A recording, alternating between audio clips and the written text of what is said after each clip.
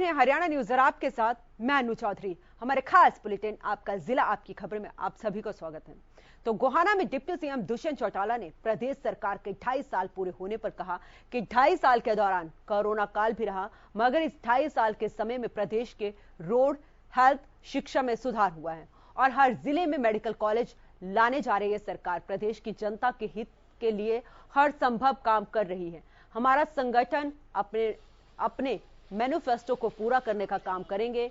हमने भी योजनाएं लागू कर जो मैनिफेस्टो में नहीं थी।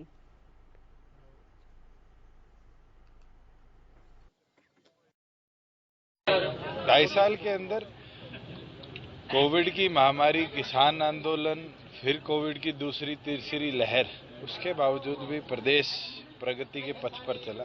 कल ही केंद्र सरकार ने जीएसटी का डाटा निकाला है और हरियाणा चौथे नंबर पर है, जिसने 24% वृद्धि पिछले वर्षों में करी है। आज हमारा रोड इंफ्रास्ट्रक्चर बेटर हुआ है, हेल्थ इंफ्रास्ट्रक्चर बेटर हुआ है, एजुकेशन के अंदर प्रदेश में मेडिकल एजुकेशन कैसे बढ़े, प्रत्येक जिले तक मेडिकल कॉलेज कैसे पहुंचे, उस पर कदम उठाए गए। मैं ये मानता हूं कि ये जो पॉजिटिव विजन था 2.5 साल के अंदर, प्रदेश को एक नई दिशा देने का काम इसने किया। और वहीं कालांवाली में चिलचिलाती गर्मी में एफसीआई के मजदूरों का दूसरे दिन भी धरना जारी रहा।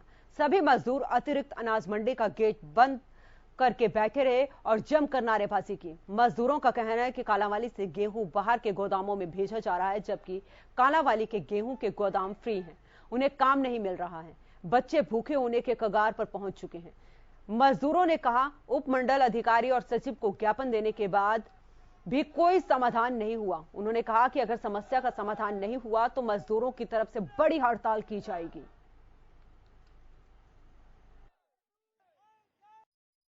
आज ना तो कोई सरकार सुनाई कर रही है और ना कोई प्रशासन सुनाई कर रहा है। ये जो लेबर यूनियन है, ये कई सालों से, करीब 17 सालों से ये लेबर यूनियन ये काम कर रही है।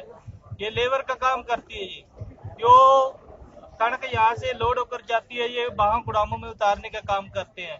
जो गुदामों में कणक उतरती थी पहले, यहाँ जो कालेवाली के गुदाम है वहाँ यहाँ ही कणक उतरती थी। अब वो कणक यहाँ से बाहर जाने की बात कर रहे हैं। उस कणक से बाहर जाने से इनकी जो मजदूरी है वो मजदूरी मर रही है। जो अपने बच्चों का पालन पोषण करते थे इस मजदूरी से, बच्चों की पढ़ाई लिखाई करते हैं इस मजदूरी से, और ये सरकार है जो मजदूरी मारने पर तुली हुई है। ये मजदूरी पे संकट है, हमारी रोटी पे संकट है। इनकी कहना ये, हमारा कहना यही है कि ये मजदूरी जो बाहर कणक जा रही है यहाँ ही गुदामों में उतरनी चाहिए और हमको इसका काम मिलना चाहिए। और वहीं यमुनानगर में अपनी मांगों को लेकर भारतीय किसान यूनियन ने जिला सचिवालय पर सरकार के खिलाफ प्रदर्शन के दौरान जमकर नारेबाजी की। किसानों ने प्रति क्विंटल गेहूं पर 500 रुपए बोनस के साथ उचित मुआवजे की मांग करते हुए कहा कि आगजनी की घटनाओं से न सिर्फ नुकसान हो रहा है बल्कि कई जगह किसानों की मौत भी हुई है। वहीं किसानों ने क्रॉप कटिंग के माध्यम से कृषि विभाग के द्वारा दिखाए गए आंकड़ों को भी गलत बताया है। वहीं इस दौरान किसानों ने सरकार को चेतावनी देते हुए कहा कि अगर इन मामलों पर ध्यान नहीं दिया गया तो वो सड़कों पर उतरकर प्रदर्शन करने को मजबूर हो जाएंगे।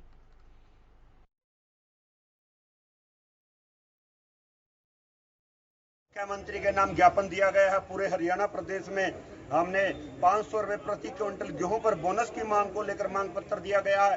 अब की बार मौसम के कारण उत्पादन बहुत कम आया है और अंतर्राष्ट्रीय बाजार में गेहूं के दाम भी 3000 रुपए के करीब है, तो कम से कम 500 रुपए प्रति क्विंटल बोनस दिया जाए। आज आग के कारण, चाहे वो किसी भी कारण लगी है, बहुत से जैसे करनाल, कैथल और यहाँ हर जिले में बहुत नुकसान हुआ है। कई कई किलोमीटर तक आग से नुकसान हुआ है। 2 जिंदा छोटी छोटी लड़कियां इसमें जल गई थी करनाल के अंदर। तो हमने ये भी मांग किया कि आगजनी से जो नुकसान हुआ है उसकी भरपाई की जाए। एक हमारी मांग है ट्यूबवेल कनेक्शन, जो बहुत लंबे समय से पेंडिंग पड़े हैं, उनको जल्द से जल्द दिया जाए। एक जो बीमा कंपनियों ने किसानों की फसल का बीमा किया था, उसके तहत अब की बार जो उत्पादन कम हुआ, उसके जो बीच का अंतर है, गैप है, उसकी भरपाई बीमा कंपनियां करें। और वहीं रतिया के अलीका गांव में पंचायती जमीन का विवाद दिन प्रतिदिन गहराता जा रहा है। पंचायती कुएं की जमीन छुड़वाने के लिए आलीका से एक सामाजिक संस्था के बैनर तले लोग पहले सांसद सुनीता दुग्गल से उच्च अधिकारियों से जांच की मांग कर रहे हैं। वहीं इस मामले में सामाजिक संगठनों के पदाधिकारियों सहित 12 लोगों के खिलाफ पुलिस ने मामला दर्ज कर लिया है। संगठनों से जुड़े लोगों ने थाना प्रभारी से मामला रद्द करवाने की मांग की है। वहीं पुलिस का कहना है कि पूरे मामले की उच्च स्तरीय जांच की जाए और जो भी दोषी पाया जाएगा उसके खिलाफ कड़ी कार्रवाई की जाएगी।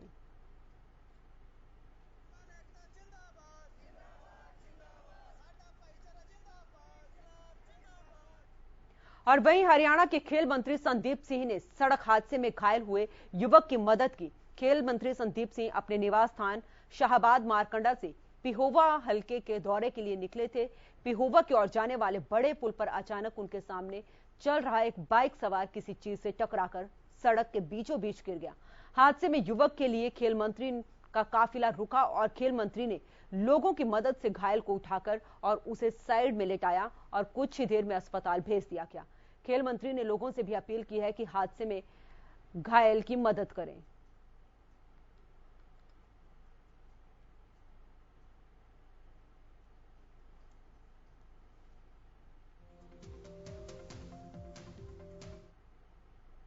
और वहीं सोनीपत में बेखौफ बदमाशों ने दिन दहाड़े 20 लाख रुपए की लूट को अंजाम दिया है। सोनीपत के साईं बाबा मंदिर रोड पर 3 बदमाशों ने बाइक सवार कैश कलेक्शन करने वाले 2 कर्मचारियों से दिन दहाड़े लूट की वारदात को अंजाम देकर फरार हो गए। सीसीटीवी कैमरे में इस वारदात की तस्वीरें कैद हो गई। पुलिस अब कई टीमें बनाकर लुटेरों की तलाश में जुट गई है। कंपनी में काम करते ब्रिंग्स इंडिया प्राइवेट लिमिटेड में। कितने पैसे लेके निकले थे आप? होंगे जी 20 के करीब 20-21 ऐसे होंगे जी। कहाँ जमा करवाने थे? यहाँ SBI में कराने थे जी, ICI में और एक्सिस में। आपको किस चीज से पीटा गया है? पिट्टे ले गए थे 3। कितने लोग थे वे? 3 थे जी। अभी तक ये पता लगा है कि 3 लोग थे जो कैश कलेक्शन वाले 2 लोग बाइक पर जा रहे थे, तो उनसे डंडे से पीट के और 20 लाख रुपए से भरा हुआ बैग साथ में ले गए। कितना कैश? बाकी तक अभी तक की जानकारी के अनुसार 20 लाख की इंफॉर्मेशन है, बाकी बात नहीं। सर सीसीटीवी भी सामने आ रहा है कि कितनी टीमें गठित कर दी गई हैं आरोपियों को गिरफ्तार करने के लिए? मल्टीपल टीमें गठित की गई है, पूरा पुलिस प्रशासन लगा हुआ है, जल्दी आपको बताया जाएगा। और वही रतिया के गांव सहनाल में एक दिल दहला देने वाला मामला सामने आया है। यहां एक बीकॉम फर्स्ट ईयर के छात्र जतिन ने ब्लैकमेलिंग से तंग आकर भाखड़ा नदी में छलांग लगाकर आत्महत्या कर ली। परिजनों का आरोप है कि जतिन को अलवर के एक गैंग ने ब्लैकमेल करना शुरू किया और धमकी दी कि आपकी एक वीडियो यूट्यूब पर वायरल होगी जिससे आपको सजा भी होगी और जुर्माना भी लगेगा। इस दौरान उसने पैसे की डिमांड करना भी शुरू कर दी। जतिन ने परिजनों और अपने जानकारों से पैसे लेकर उनकी डिमांड भी पूरी की, मगर डिमांड आगे बढ़ने के बाद जतिन ने आत्महत्या कर ली। इस दौरान परिजनों का कहना है कि पैसे के लेन देन के उनके पास स्क्रीनशॉट हैं और इसके अलावा ब्लैकमेल होने पर उसे बार बार डराया धमकाया गया, जिससे उनका बेटा परेशान हो गया और वह 28 अप्रैल को घर से भाग गया। वहीं जतिन का शव रतिया के गांव के पास भाखड़ा नदी से बरामद हुआ है। पुलिस का कहना है कि मामला दर्ज कर पूरे मामले की जांच की जा रही है और जांच के बाद दोषियों के खिलाफ कड़ी से कड़ी कार्रवाई भी की जाएगी।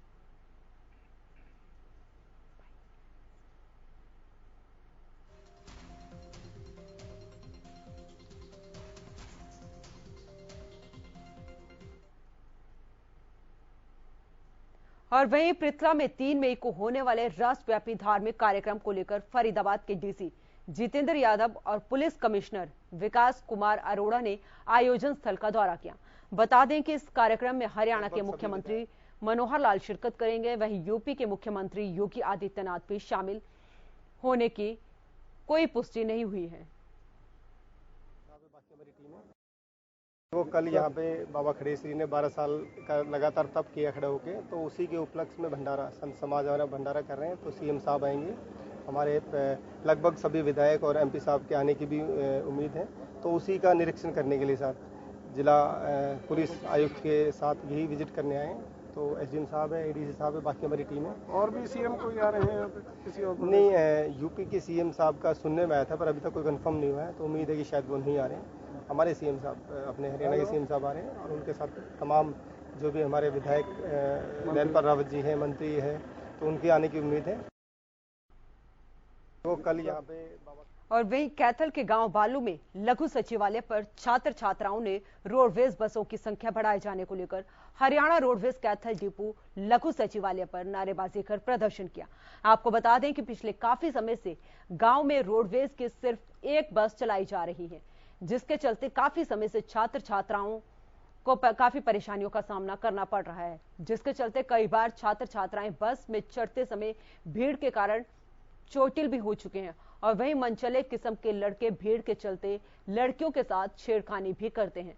छात्र छात्राओं ने जिला प्रशासन और रोडवेज महाप्रबंधक से मांग की है कि गांव में 2 बसें और चलाई जाएं, जिनमें से एक अलग बस लड़कियों के लिए चलाई जाए ताकि आए दिन होने वाली दुर्घटनाओं से बचा जा सके। कुछ दिन पहले हमारे गांव से बस आ रही थी। बस में तो लड़की गिर के उसको चोट लग गई। हमारा गांव जी 3 पंचायत हैं, 11,000 प्लस वोटे हैं, फिर भी हमारे गांव में एक बस आती है। और आपको मैं वीडियो दूंगा, उस वीडियो में आप देखना कि कैसे एक बस में कैसे चढ़ के आ रहे हैं।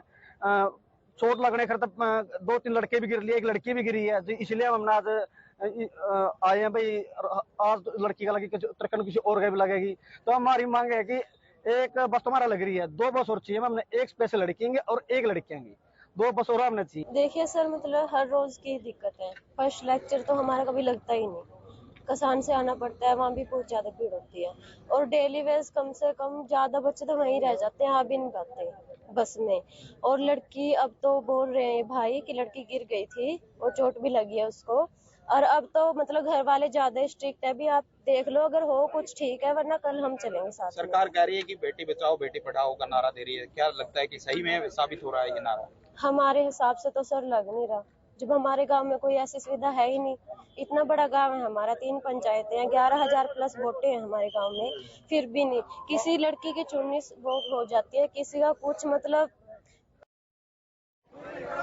हमारी मांगे पूरी करो, पूरी करो।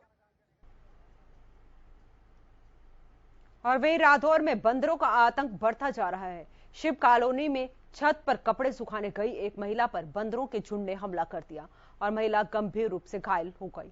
महिला के शोर मचाने पर परिजनों ने उसे बचाया। जानकारी के मुताबिक बंदरों ने महिला की बाजू पर बुरी तरह से हमला किया है। नौबत ये आ गई कि इलाज के लिए महिला को सरकारी अस्पताल में भर्ती करवाना पड़ा, जहां जख्म ज्यादा गहरा होने के कारण डॉक्टरों ने प्राथमिक उपचार के बाद महिला को चंडीगढ़ पीजीआई रेफर कर दिया।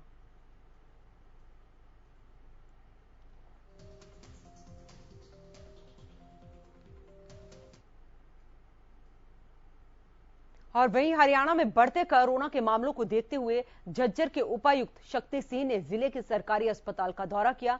साथ ही उन्होंने अस्पताल के कोविड वार्ड समेत अन्य वार्डों का निरीक्षण किया।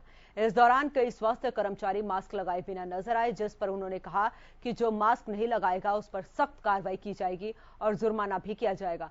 वहीं उन्होंने लोगों से कोविड नियमों की पालना करने की अपील भी की है।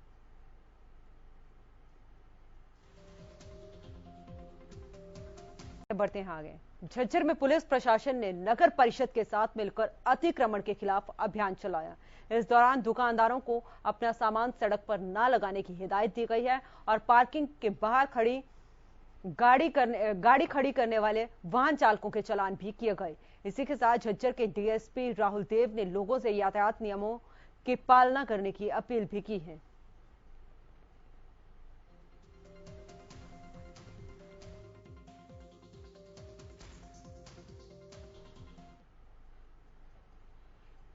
और वहीं अंबाला में पुलिस ने ट्रिपल राइडिंग अभियान चलाया।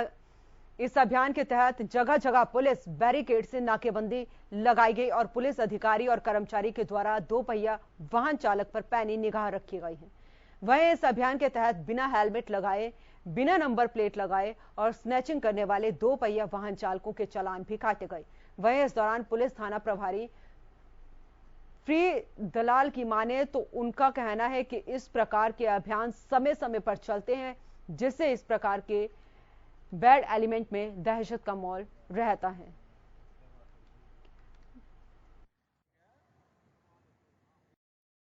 चेकिंग तो बैड एलिमेंट्स हैं, जो कुछ बच्चे हैं जो मोटरसाइकिल पे विदाउट नंबर प्लेट लगा के चलते हैं, और चोरी स्नैचिंग की वारदात करते हैं। बुजुर्ग महिलाएं हों, औरतें अकेले को देख कर ना कुछ भी वारदात करके चले जाते हैं। इसलिए अफसरान वाला के निर्देशानुसार, उनके मार्गदर्शन में ये सीलिंग प्लान के अनुसार हमारे नाके लगाए गए। इसमें बॉर्डर एरिया से लेकर अंदर जो गलियां, मेन रास्ते हैं, उनको सील किया हुआ है। तो चेकिंग चल रही है, कर रहे हैं। अभी हमने भी 10-12 चालान किए हैं, अभी तक लग रहे हैं, चेक कर रहे हैं। अभी काफ़ी सुधार है, हेलमेट भी ले रहे हैं लोग, डॉक्यूमेंट भी रख रहे हैं।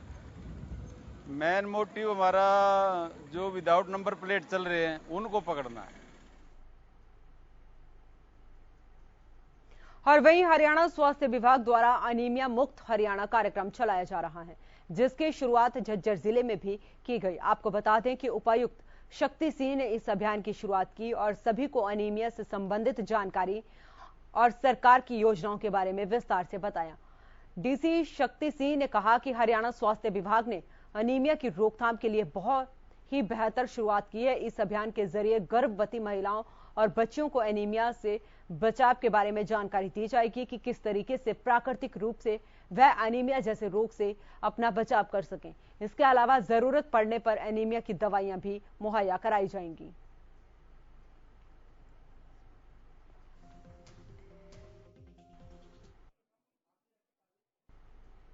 और वहीं गुरुग्राम के सेक्टर 56 में उस समय हड़कंप मच गया जब वहां एक शराब के ठेके में अचानक से आग लग गई। देखते ही देखते आग ने भयानक रूप ले लिया। शराब के ठेके में आग लगने से पूरे इलाके में अफरा तफरी का माहौल बन गया। सेक्टर 56 में शराब ठेके पर आग की सूचना मिलते ही दमकल विभाग की गाड़ियां मौके पर पहुंची और आग पर काबू पाने में जुट गई, लेकिन फायर कर्मी जब तक आग पर काबू पाते तब तक लाखों रुपए का सामान जलकर राख हो गया। वहीं गनीमत यह रही कि आगजनी की इस घटना में किसी के हताहत होने की कोई सूचना नहीं मिली है। शराब के ठेके में आग किस वजह से लगी है, फायर कर्मी इसकी जांच कर रहे हैं।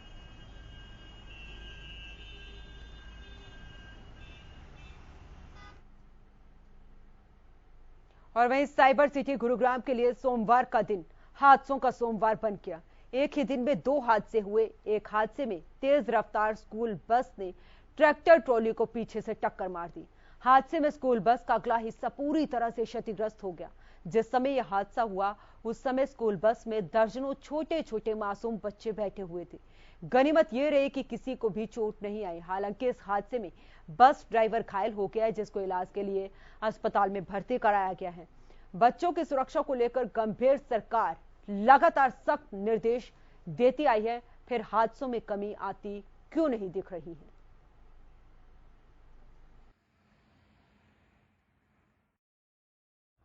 ये अभी सुबह ही हुआ। कोई घायल भी है इसमें? नहीं कैसे हुआ? थोड़ा इंजर्ड है। वो एक ट्रैक्टर खड़ा था रोड के सारे ना। अच्छा। तो उसका थोड़ा वो समझा कि चल रहा है ट्रैक्टर या खड़ा है, क्या था क्या हुआ। अच्छा, सड़क के बीच में खड़ा था ट्रैक्टर? जी। तो इसमें उस समय बच्चे भी सवार थे? हाँ, बच्चे भी। तो बच्चों को कुछ नहीं, सब ठीक है। और ड्राइवर की क्या हालत है अभी? सब ठीक है, ड्राइवर थोड़ा सा इंजरी है छोटी सी।